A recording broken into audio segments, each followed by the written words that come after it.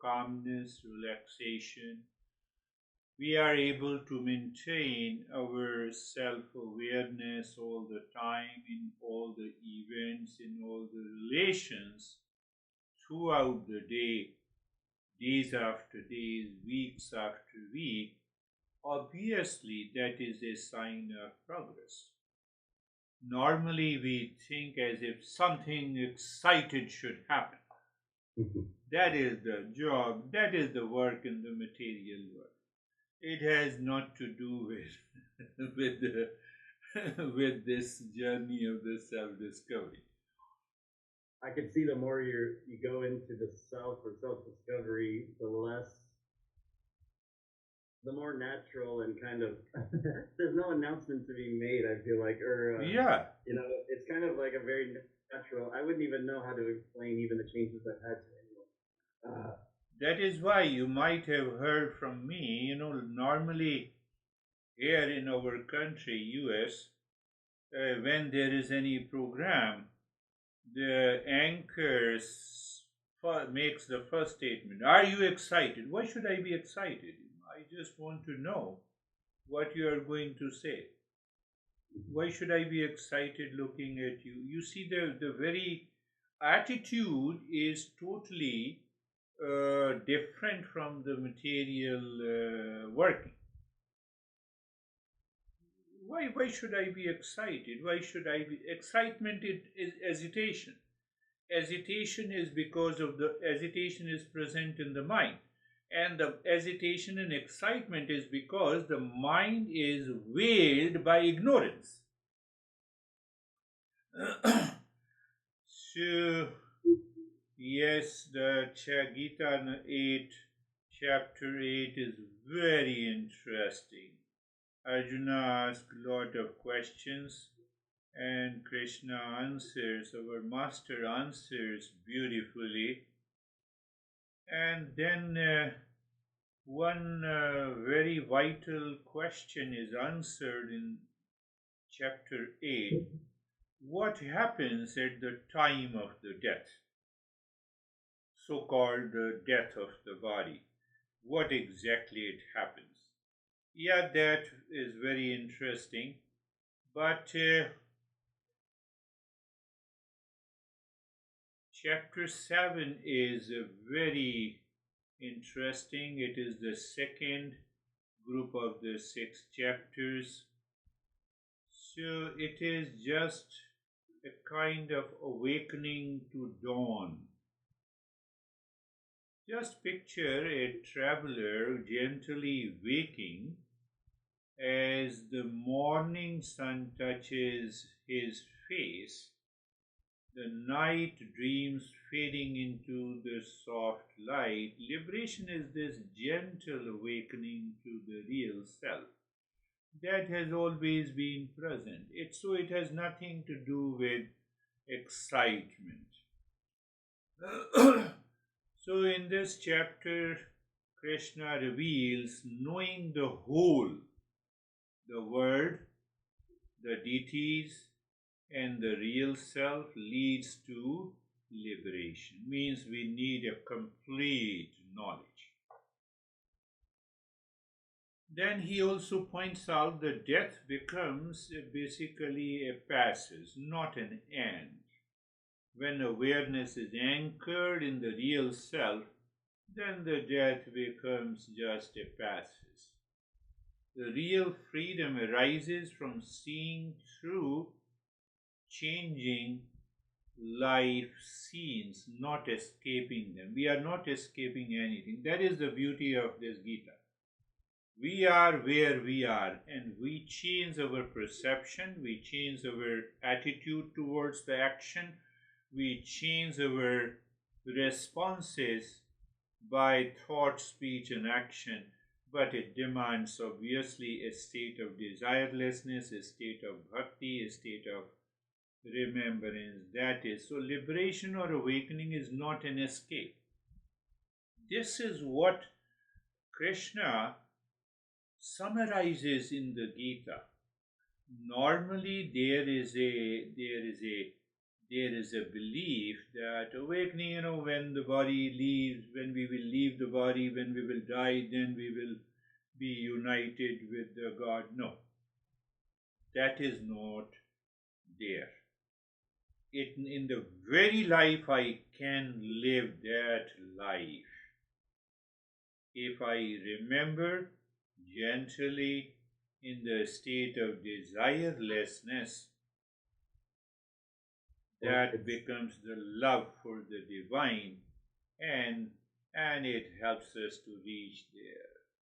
Well, the taste I've had of whatever it is, I realize that I do my work or whatever I need to do, but my focus, I would say 95% of my, because I think what else is this nonsense is useless without this, right? Like I know that life would be, it's just worth every minute spent here, right? I can always do material stuff.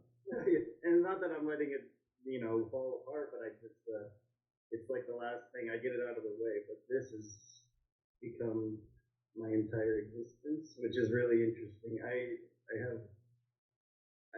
deal with stuff. I have no interest, no, what's the term? Investment in them, right? I just, this is, I'm invested beyond, if everything else fails, it doesn't even hit the radar screen. I realize, wow, but I think, why not? I mean, if this can be achieved, everything else is, I can't even imagine putting time. This is like the most important thing in life, right? And inner working continues, and outer working, whatever essential, basic needs, professional life, personal life, that is going on. That is also going on. It's kind of irrelevant. It doesn't matter that much if we're practicing inside, right, the whole time. Yes. Practice. That is what Gita chapter 7 in Krishna, in the first 3 verses, he summarizes that he says that I will give you the whole knowledge. Are you ready? Discipline, dispassion, we discussed in detail. In the next 8 verse, he discussed, I'm summarizing, he discussed that what is my lower nature and what is my higher nature. But if we reflect on what exactly is the world outside, it is the lower nature of the Krishna, apara prakriti. And what is the higher nature? It is like the lamp, light, fan, AC, all is the lower nature, and the current is only one being supplied to all these, is what the para prakriti is, the higher nature. So he explains beautifully with the 8 factors, 5 elements, mind, intellect, and ego. Then I recognize, oh, that ego is false, and that is also the apara prakriti. Then in another 6 verses, he explains the delusion and the power of the delusion. How these 3 gunas, what is delusion? Basically, it is the interplay of the 3 gunas, and that makes beings forget we forget our real nature, we chase the transient pleasure. It is because of the ignorance. Then he explained that how, pay attention, how this ignorance and the delusion sustains the cycle of karma. What it means? I have a desire to be happy by getting $10,000. So yes, I earned $10,000. Option number 1. Now I feel the pleasure inside, but that pleasure is a short-term pleasure. So now my mind, because of this pleasure experience, creates another desire. Let me have 20,000 so that I can sustain the pleasure little bit longer. Okay, that is 2 scenarios. So greed and repeat desire continues in this process. Now see the option number 2. I want to get $10,000 and I did not get. I am frustrated and agitated. So I try the other means. In both the cases, it sustains the karma, action, supported by a desire. That is why we need a desirelessness in the mind. That is why we need a desirelessness. It is hinted in the 6 verses from 13 to 19 verses. Then Master comes out 15 to 19 verses. He says, are you ready? Are you a seeker? Do you belong to 4 types of seekers or do you belong to 5 types of non-seekers? So just check it. So that gives you a clarity whether I can really treat the path or I cannot treat the path. So if I belong to 4 types of seekers, we discussed about Artha, Artharthi, Jignasu and Gyan. 4 types of seekers. Then these seekers are basically now committed to the Krishna, or committed to the divine, committed to the God. Now how you are committed? That is explained in verse number 20 to 26. What kind of a seeker you are? Are you a seeker? Are you a seeker with your desire coming from the past impressions, or you have only one desire to find the real self or to meet the Krishna or the Shiva? So desirelessness, that is explained. And then we have another 4 and 5 verses where we have a clarity that we have to seek beyond delusion, and beyond delusion we cannot understand the intricacies of the delusion and the Maya, so-called. So that boils down to desirelessness. So that is what we covered in the last session. And then the 29 and 30th verse, the Master gives us a brief understanding that what is going to be in the chapter 8. So the whole, I must know everything as it is. So when I know everything as it is, then still some questions are unanswered. What is spirituality? What exactly is the real self? What exactly is the bondage? What exactly is the action? That has been defined and presented, answered by the Krishna in the chapter 8. So last week we understood the desirelessness. I need not to go through those aspects we have discussed in detail. It is a mindset. We have a transformation of the mindset. We have seen through many different ways. Now coming directly to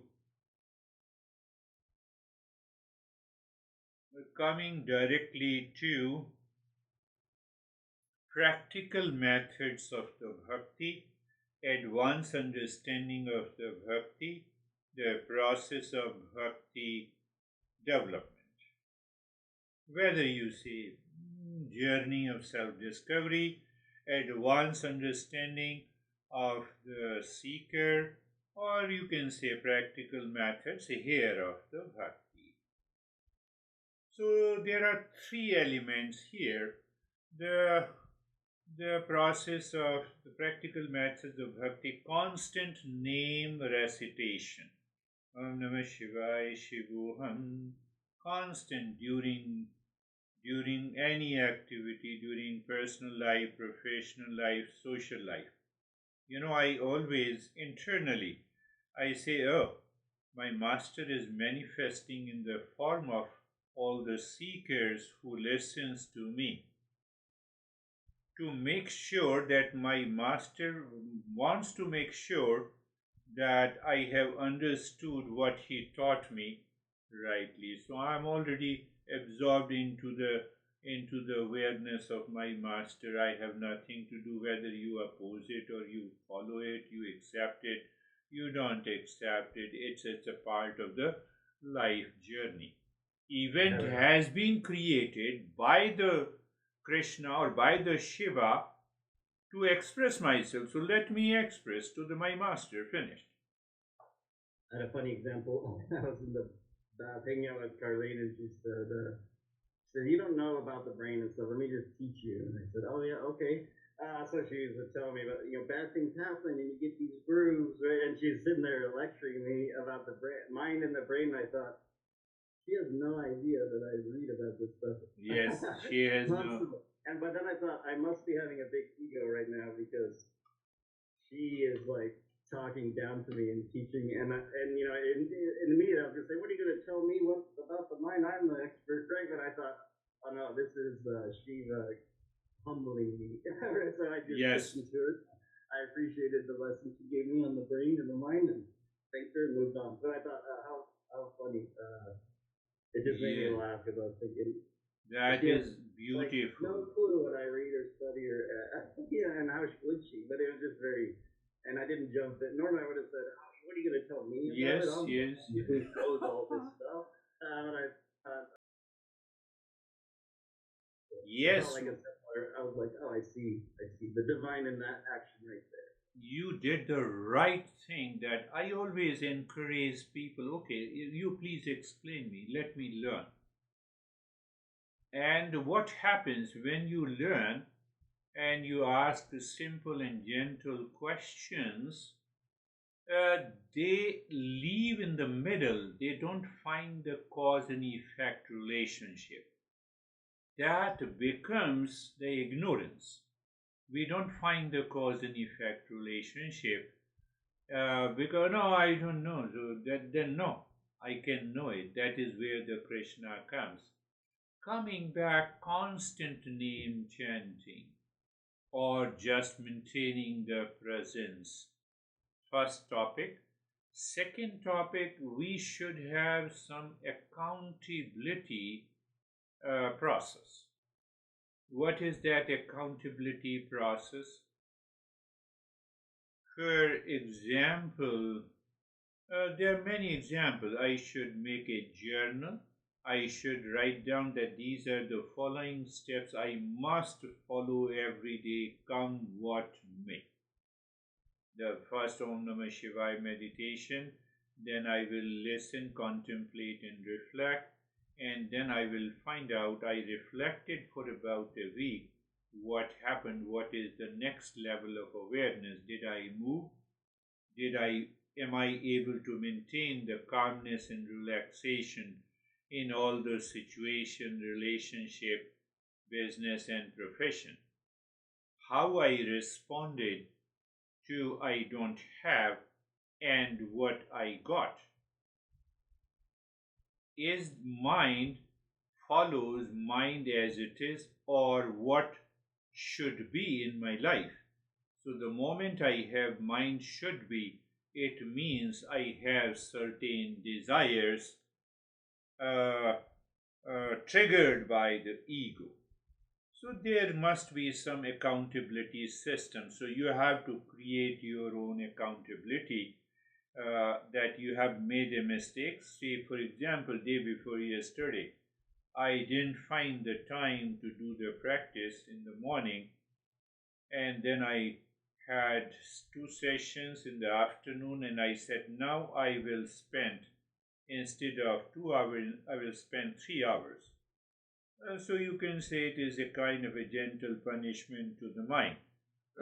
So some kind of an accountability system should always be there.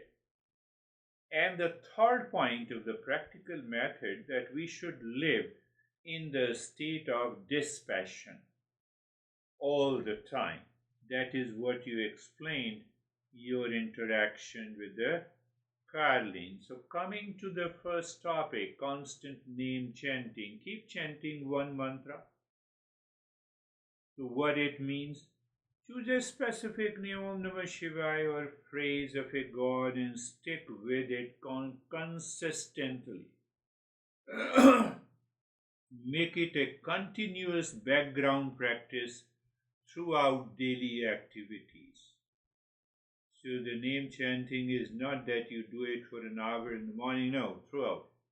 Not just formal sessions, integration into every moment of life.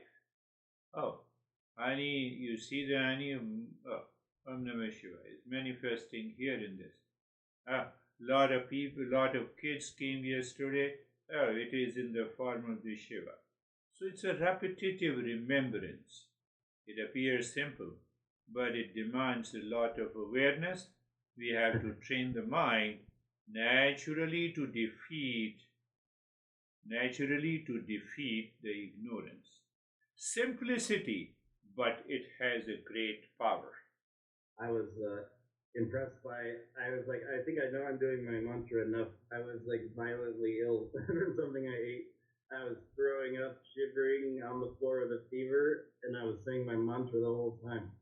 And I was, and I didn't forget it, right? It was like not even beautiful, intentional, but I was like, my body was in the back with all kinds of, but I was like, wow, my mantra, it's still going, you know, that was, yes. I'm still thinking of my practice even in this situation, which is kind of really insightful. In those situations, what I have done, you start mantra recitation with a deep, silent and slow breathing. Depending on your body, depending on your infection, depending on the challenges, it may take half an hour to 1 hour, your fever will be gone. I have seen it 100 of times. When you do with the deep, silent, slow breathing, Om Namah Shivaya, with the space and with the vision of the Shiva. Just do it with the deep, silent, slow breathing. It may take half an hour, it may take an hour. You'll fall into sleep and you'll find that fever is gone. So you have understood it, but for the sake of understanding, again, like, sometimes like having a beautiful, uplifting music playing softly in the background of your home. It doesn't interfere with the activities but creates a peaceful, elevating atmosphere. So that music is our mantra, Om Namah Shivaya. So it is constantly putting me into the right thought, right speech, right action. That is that one way to explain it. Like your physical heartbeat that continues automatically while you do everything else. Same thing. Oh, that heartbeat is my mantra. Automatic function eventually becomes as natural as breathing. So you have a non-verbal awareness of Om Namah Shivaya. As if you are seeing Om Namah Shivaya everywhere. Or you have a vision. I'll write it in my mind. Or yes, or you start writing in your mind. I find that to be powerful. And like a musician who keeps a turning, who keeps a tuning fork nearby to occasionally check that their instrument is in tune. So check your mind is in tune. The mantra keeps consciousness aligned with the frequency of the higher consciousness. That is very good example. I used to guide people, yes, you are chopping the vegetables, so you create a rhythm, Om Namah Shivaya. So even while commuting, I used to tell you that, while it used to take me about, 45 minutes of travel time and 120, 125 breath. I took for 45 minutes. And then I added the mantra. Why not to do it? Mind is empty. And mind lives in higher awareness so that your driving is also safe. So and I love driving because I don't know why that kind of the sense of being in one place and everything moving, right? And for some reason, driving is I find it a practice very powerful. Seeing the moving world and the still self behind it, right? And for some reason, when I'm driving, that seems very. I always enjoy that. While waiting for someone, I'm waiting for. I'm just giving you some tips. Before sleep, okay, you lie down. So here is a prostration, my dear Shiva, to you. That is my sleeping, and then start the mantra. Upon waking up, you wake up, you sit down, you close your eyes. Oh, thanks Shiva, I am still alive because of you. So the remembrance should be there. And also during emotional challenges, when angry, yes, which is impulsive nature, sometimes we get upset. Instead of dwelling on grievances, shift immediately to the mantra. When angry, when worried, replace anxiety thoughts with again the mantra. When hurt, use emotional pain as a reminder to take refuge in God's name. When excited, channel excitement into singing mentally. We have to do it all the time to reach to a state of desirelessness. You can even integrate the technology, phone reminder. I wake up definitely at 4, that is very clear. And still my son told me, I bought a clock, it is a hexagonal clock. So when you move it, it gives you 5 minutes, 15 minutes, 30 minutes, 45 minutes, 60 minutes of the time clock, like a stopwatch. So at 4 I have put into phone alarm. Even though I wake up early, I'm okay. Normally, hardly once or twice a month, I wake up another 15 or 20 minutes later. So we can set to prompt the mantra, and then what I do normally, let me show you, that's a very good way of my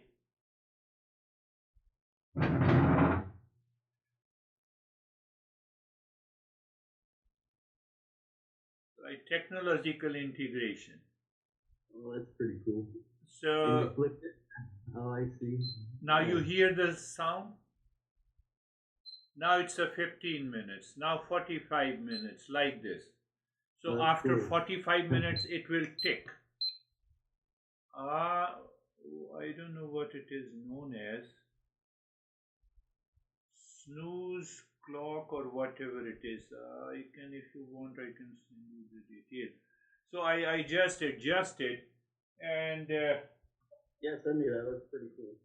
Let's check it out. So I wake up and I put it for 15 minutes. I said I'm not going to think anything. Let me live into that state. Because you have to regulate your life. If I keep on sitting for 2 hours session, how can I give the lessons? How can I take a bath? So I said, mind, don't get emotional. 15 minutes is okay. So it gives me some sense of technological integration, ringtone, mantra, computer password.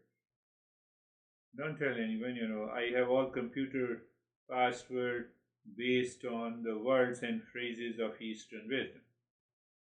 So it reminds me, so this helps you That is what I remind you of neuroplasticity in the neurosciences. Repetitive repetition rewires the brain. It displaces your negative pattern and it automatic response is there. So that is why the first topic I said, recitation of the mantra, has to be always there. I don't need it, and still I said, okay, let me continue. What do I have to do? And thus now coming to the accountability system. I have already explained you the mistake, recognition, and endurance and resilience cycle. If you have a mistake, you recognize it, maintain the resilience, but don't forget the practice every day. So it means what? It demands an awareness, acknowledgement, accountability, corrective action, continue to learning. What is the mistake? Mistake is basically from the delusion or acting from the ego. What is the mistake? I forget. My ego takes over me, and then I forget the presence. So I should remind. Sometime what happens, past impression also returns. Past impression says, let us harm others. We have to. That is also a mistake.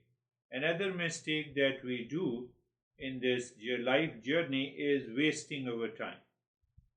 Oh, that's a good YouTube video. Let us keep on watching.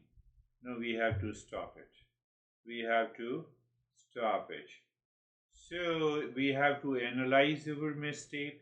We have to follow our corrective training, and then that will help us to accountability, and you find out other ways of accountability how you can do. The third factor is the dispassion. And the best way to dispassion is to remember Tvameva mata cha pita tvameva Tvameva bandhuscha sakha tvameva. You are my father, you are my mother, you are my friend, you are my sibling. You are the knowledge. Knowledge means awareness. Tvameva vidya.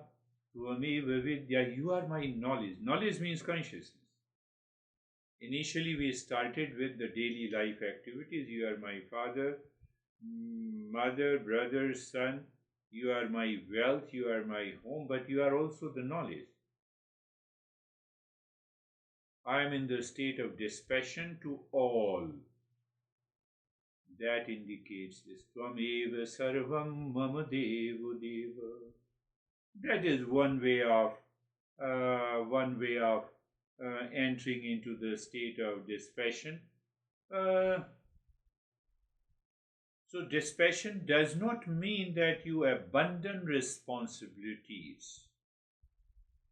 That is where our ego takes us to. That is a very dangerous thing. We don't abandon responsibilities. We still caring for family, working, maintaining home, not becoming cold. Many people asked me here in US, oh, you are talking of becoming cold. No, it is not becoming cold. That is why I'm using these words, came from many seekers.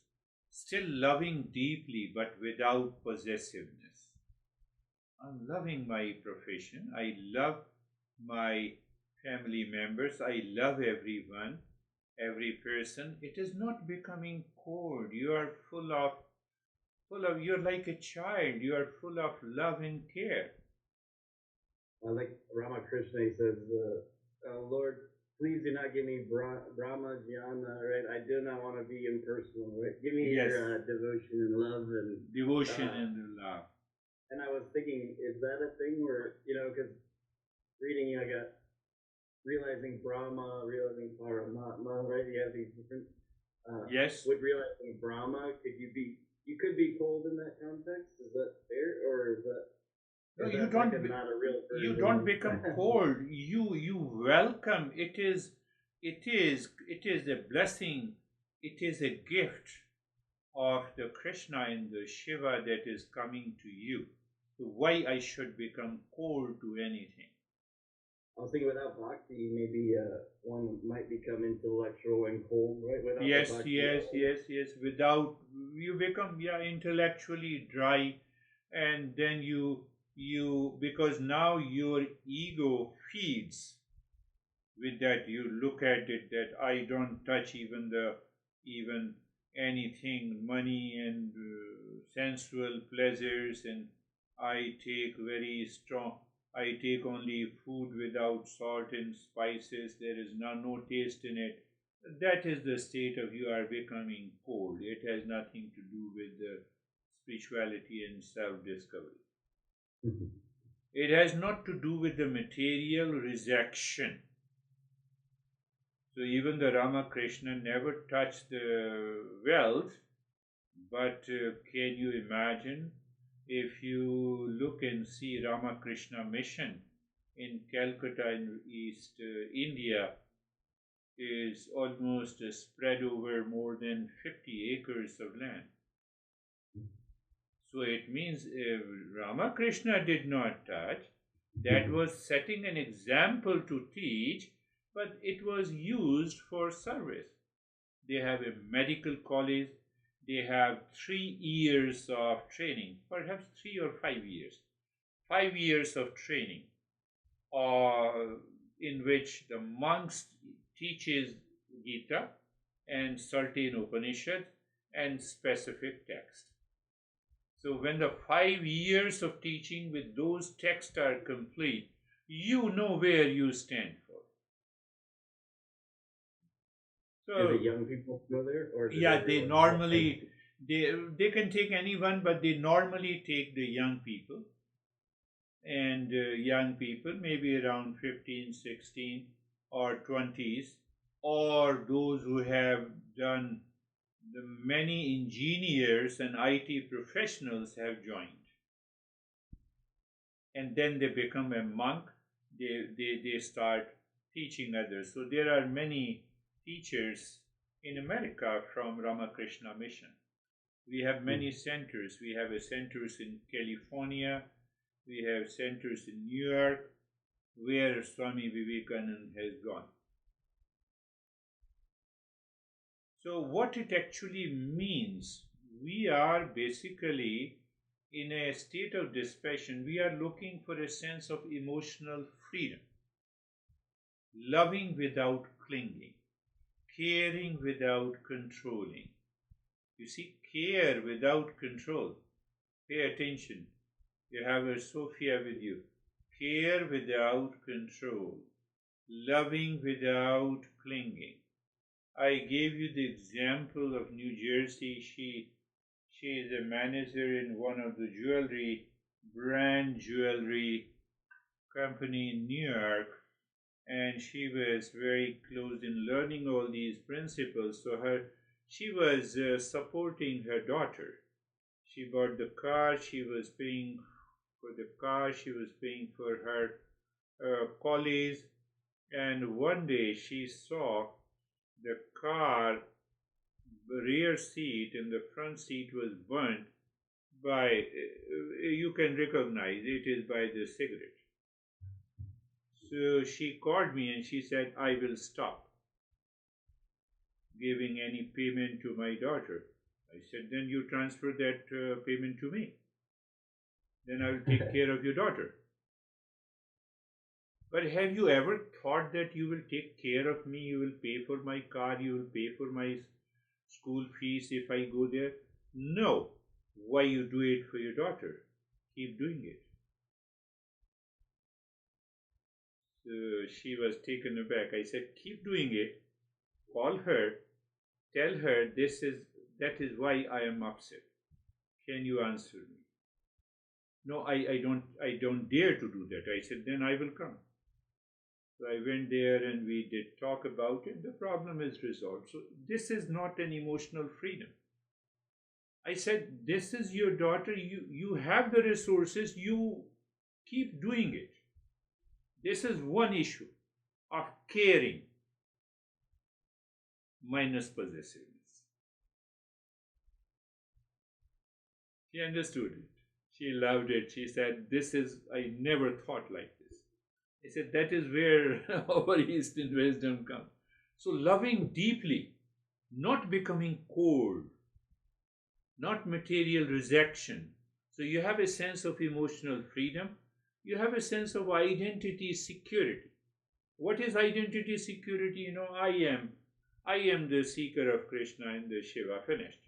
Self-worth not dependent on external relationship. My self-worth is dependent on my master. Finished. That is very important. So your service, your identity is dependent on the Shiva. That is okay. Then we should have a service orientation. Relationship becomes opportunities for a spiritual service. The way you did it for Carlin, with the Sophia, with everyone and anyone. Oh, this is a great opportunity. Yesterday I was there, so I said no. Something popped up in my mind. I said no. Kids were there. They knocked the door, and I opened it. And I instead of I should give the candy, I kept my whole bucket with both of my hands. I said, you choose. So small kid chose only one. I said, no. Choose another. Choose second. Choose more. So first I said, choose 1, 2, 3, and then I said, no, more. Whatever you want. So they were 5 years old kids and 6 and 7 years. So they took with their hands. Then there was 14 and 15 like Sophia. I said, choose 1, choose 2, choose 3. No, choose as much you like. And she looked at me. At 15 years, you have already a social cultural conditioning. I said, you didn't understand me what I want to say. So she looked at me. I said, I put it full and I put it into her bag. I said, this is what I want to say. And she has only the smile on her face. So service orientation, you find an opportunity anywhere for this. This is what we are applying active dispassion. So when you have a passive dispassion, then you say it is I have to be cold. No. You have not to be cold. You have not to abandon responsibility. You have not to reject. No, not at all. You are a professional. You are a professional in any area. You are a professional caregiver. Finished. You are a professional care. You are not like a stagnant pond. You are like a river. It's a river consciousness. It's not a pond consciousness. Pond consciousness is cold, static, clinging that eventually create problems. You are totally free, open. Even in family relationship, transformation before attachment. So you transform yourself in the family. Family is a great opportunity to live into that state. Why? It liberates you. Socrates maker. Yeah. It liberates your energy. Tremendous. You are always full of energy. You have a level of fearlessness. Now you have not to hide. You're not clinging. It's a fearless love. That is where the dispassion takes you. Previously trapped energy, now it is released. Why previously trapped energy? Because of the attachment. You wanted to say something which you don't want to say, which you are not saying, because you are holding yourself, nothing to hold on. Fearless development, attachment based fears, or you have a fearless love, fearless care. You have an authentic relationship now. Many Americans use this word authentic. We have to change our mind, then only we can find that authentic relationship. Possessive love. I love you because you make me happy. I love you because love is my nature. Tell Sophia, make that statement a couple of times and see what happens. See what happens in her attitude. I love you because love is my nature, because you are my daughter. I love you because you make me happy. No. That is I don't have that approach, that attitude. Relationship becomes opportunities to express. So now you keep on, when you say that I love you because love is my nature, it means now the Sophia has irritated you. Now irritation is gone. Hesitation is gone. It is her life.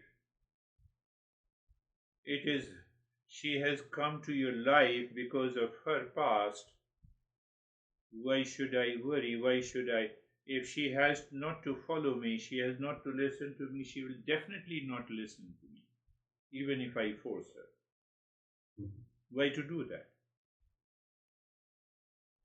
So what happens in that state of a dispassion? You discover how this desirelessness works in your daily life in small events and actions.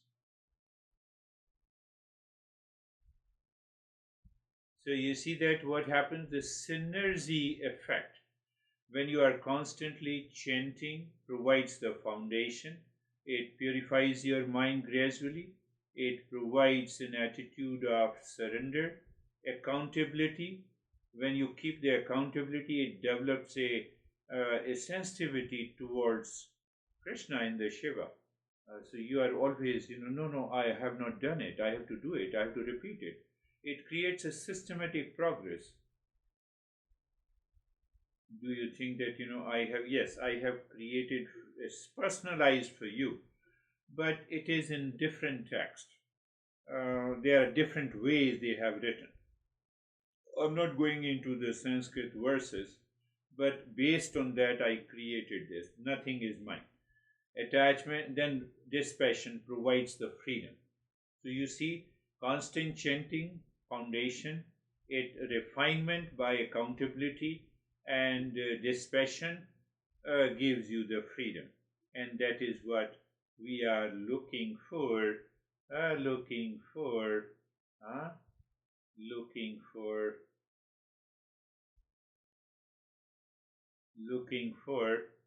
our deepening practice of the bhakti. Bhakti, now there are a couple of things. It demands a repetition. We are not practicing bhakti. We are not worshipping, if I use the word. We are not worshipping any god or goddess for any material result. That has to be kept very clear. This is the advanced understanding of the bhakti. So every time the mind should be very clear, I am remembering Shiva for your sake. I am not remembering Shiva to get $1 million or to get this problem solved. The moment we do it, it means we have fallen down from the higher bhakti to a lower bhakti. And lower bhakti, the desire is fulfilled or not fulfilled depending on many factors. One, but it will not help us to live into the higher awareness and the goal that we have set.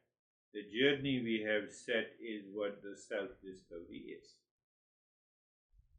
It will not bring an end to the suffering.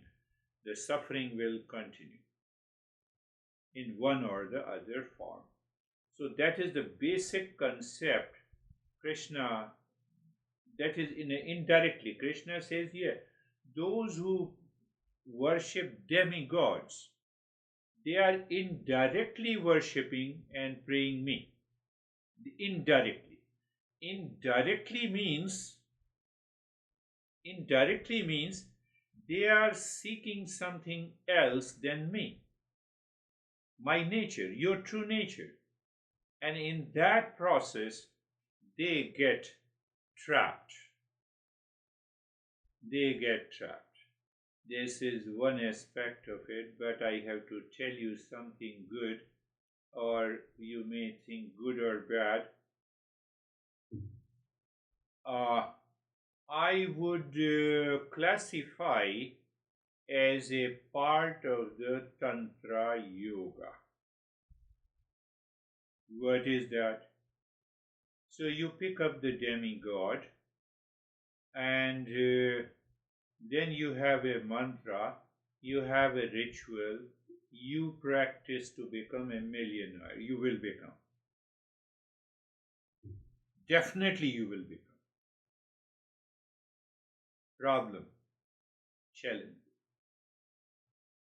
Oh no, Shivaya, all the time. I have the highest goal in my life. That highest goal means that I live in desirelessness.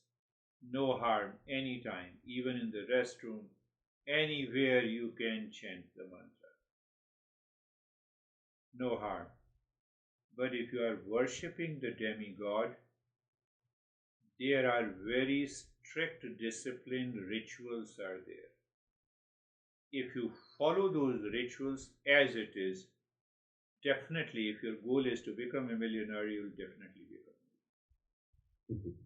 So what they say, for example, you have to wake up at 2 hours before the sunrise, means 4 a.m.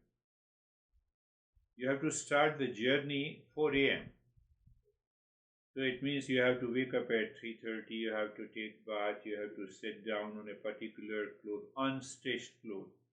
So there are maybe 20 and 30, sometime 40, sometime 105 to 110 ritual things you have to arrange. And then you continue maybe for about 3 to 6 months. Definitely. Whatever you want to kill someone, it is possible. So that I take it as a part of the tantra. There is another positive side of the tantra also, where you want to become a great seeker. So both the journey demands a priest, maybe 3 and 4 priests. They should know the entire journey and they should practice on your behalf, and you are also sitting there. She's outside. That guy also immigrated to US, but now he died.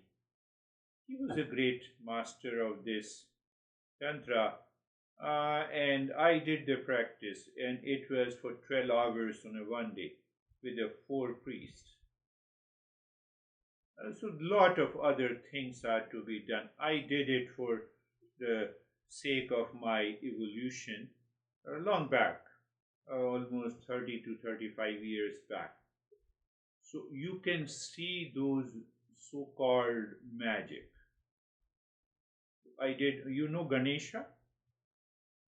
Yes, you are aware of the Ganesha, who is the son of the Shiva. So we did the Ganesha mantra japa for 12 hours with the 4 priests. I was sitting there, my son, my wife. At the end, at the 11th hour, we have to offer a lot of things to the fire. It is known as the yajna, the ritual yajna. We could see the fire, flame turning into the image of the Ganesha. So those things happen. They are also a part of this Eastern wisdom, but they are the lower part of it. Did it make a difference? Yes, it makes a tremendous difference, because I still remember. Perhaps that maybe if I understand, it has changed the mindset of my son and daughter. That is one aspect that I see. But all have to go together. It's basically a family event. And if one does not agree, then it's better to leave it rather than continue. So everyone agreed. So it's a very important. That is what the master is saying, that this thing has to be dropped. It is better to drop. He says that you just absorb yourself into the mantra meditation. You do it all the time. Your goal is in the state of desirelessness plus one desire for liberation, desire for meeting, desire for realization. That will continue. That has no problem at all. That has it will not harm you. But one thing more that I want, if you do something wrong in that demigod worship and ritual, it will backfire. So the priest has to be right, their chanting has to be right, you have to wake up at the right time for 3 months together. So it means you have a sense of endurance. It's a test of your endurance. If a test of your commitment, then those things happens. Those things happens. Yes. What is the ultimate goal of the bhakti? To just experience the Shiva or Krishna with a form, with formless. Formless is the higher journey. Formless means there is the knowledge, it is an awakening. With form is also awakening, like the Ramakrishna. So this bhakti culminates in union. We use the word union with Krishna. Now I see the Shiva. Now there is a union in that process of meditation. There is a union, we merge together. That is what happened to the Ramakrishna. So, some commentators, they seem to say that we're forever individual souls, essentially, a fragment of God, but never separate entities. Is that a different Yeah. We have to be very clear. You raised that point. There are 4 levels of this journey. First level, that you always feel the presence and the image of the Shiva. So he is always near to you, means that you are always near to it. That is first level. So in that case, you maintain your identity in the purest form of a seeker. Second is that you merge into it. That is the second format. So there are 4 levels. It is known as Sarupya, Sayujya, Salokya, and one more, I don't remember the specific word. Salokya means now your mind turns every event of your life as if you are living in the world of Shiva, in the world of Krishna.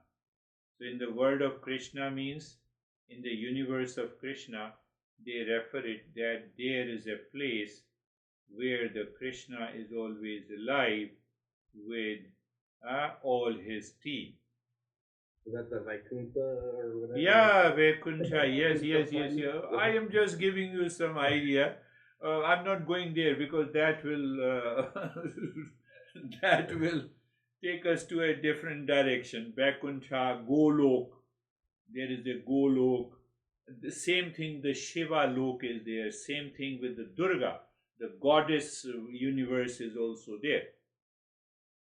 So there are 4 stages. 4 stages. So here, Krishna says no. Krishna says they attain me. The ultimate bhakti, they attain me. Means liberation from the cycle of birth and the death. Why it matters? Because all limited desires end only in a limited pleasure. Only union with the limitless Shiva brings the infinite peace. We are searching for permanent peace, happiness, love, and wisdom. So it can come through the Shiva, it can come through So yes, so that is, you are right what you said, Vaikuntha and Golok. So you see, the concept of liberation means the total freedom from ignorance, sorrow, and the limitation. Desirelessness, bhakti, brings that. It is not reaching somewhere, it is awakening to what always is. So you recognize the Shiva in you. You recognize the Shiva in you. So you can communicate, you remain separate, you merge into it. So there are these the different levels of understanding. Huh? So, law of the grace, then the grace becomes continuous. Continuous. So, you begin devotion through personal prayer, meditation, mantra. Gradually, you replace request with remembrance. You transform devotion from desire to surrender, desirelessness. You maintain your awareness that the divine alone acts, loves, and lives through you. Oh, now what is that? So you still maintain your identity and still you see the Shiva is working through you. Meditate on I am not apart from the one I adore. I am not apart from one I adore. So sometimes your mind takes you to that deeper level of awareness. The more I contemplate and meditate on my master, I get all those revelations, and these revelations help us. Uh, it's a long journey ahead. Another point that we need to uh, understand, why we should understand that we should keep our desire to that level. When there is no desire left in you, no hatred, no negativity, days after days, weeks after weeks, anger doesn't come in the mind, expectation doesn't come in the mind, you have a signs of advanced bhakti. Does it mean? What about professional activities? So internally you are fully relaxed and calm. What the hell you are not doing? You can tell the employees, you can shout. That is your rehearsal. That is your acting.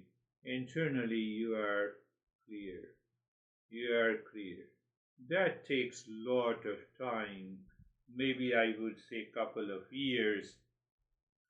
Why?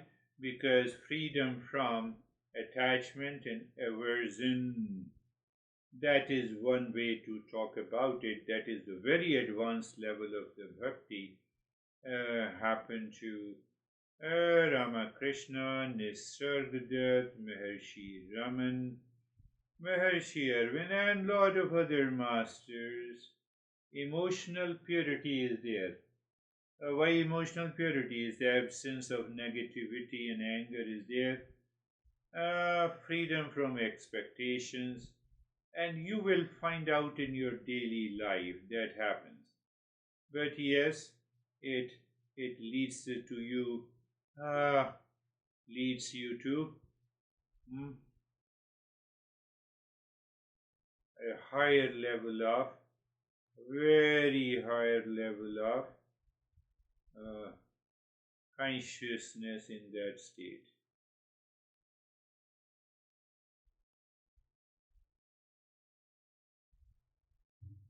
So what do you experience? I eat the food that I like, and it gives me also the happiness. So Master says it gives me the happiness. I have a desire for the food that I like. That is the first level of happiness. Second level I possess. That is the second level of pleasure or happiness. I eat the food and I feel a satisfaction for a few minutes. That is the third level of the happiness. So all the three stages of the happiness we find in the world outside, in our relationship with the food, with possessions, they do not last long. That is why we are searching that permanent happiness, love, truth, and wisdom inside